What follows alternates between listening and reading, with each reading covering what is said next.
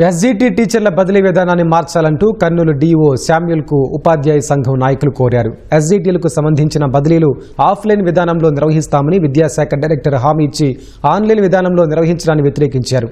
ఈ విషయంపై డీఓను కలిసి ఆఫ్లైన్లో బదిలీల విధానం చేపట్టాలని వినతిపత్రం అందజేశారు.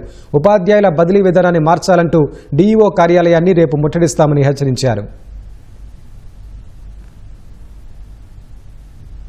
డైరెక్టర్ గారు ఉపాధ్యాయ సంఘాలతో పలుమార్లు జరిపినటువంటి చర్చల్లో ఎస్జిటిలకు మాన్యువల్ విధానంలో బదిలీల కౌన్సిలింగ్ నిర్వహిస్తామని తెలిపి నిన్న ఏకపక్షంగా ఆన్లైన్ విధానంలో బదిలీలు జరపాలని నిర్ణయించడం పట్ల ఉపాధ్యాయ సంఘాల ఐక్యవేదిక ఆధ్వర్యంలో రేపు డైరెక్ట్ డిఓ కార్యాలయం ఎదురుగా వేలాది మంది ఉపాధ్యాయులతో నిరసన కార్యక్రమం తెలియజేస్తున్నామని చెప్పేసి ముట్టడి చేస్తామని చెప్పేసి తెలియజేసుకుంటున్నాం. ఉపాధ్యాయులకు మాన్యువల్ కౌన్సిలింగ్ లో బదిలీలు జరపాలి. ఎట్టి పరిస్థితుల్లో ఆన్లైన్ లో జరిగేటువంటి బదిలీల కౌన్సిలింగ్ ని మేము ఒప్పుకునేది లేదని చెప్పేసి డైరెక్టర్ గారికి తెలియజేస్తున్నాం. జిల్లా విద్యాశాఖ అధికారి కార్యాలయాన్ని ముట్టడి చేయబోతున్నాం. మాన్యువల్ గా జరపలేము, వెబ్ ఆప్షన్లో పోతామని చెప్పడం జరిగింది. దాన్ని మేము ఉపాధ్యాయ సంఘాల ఐక్య వేదిక దాన్ని మేము తీవ్రంగా ఖండిస్తున్నాము.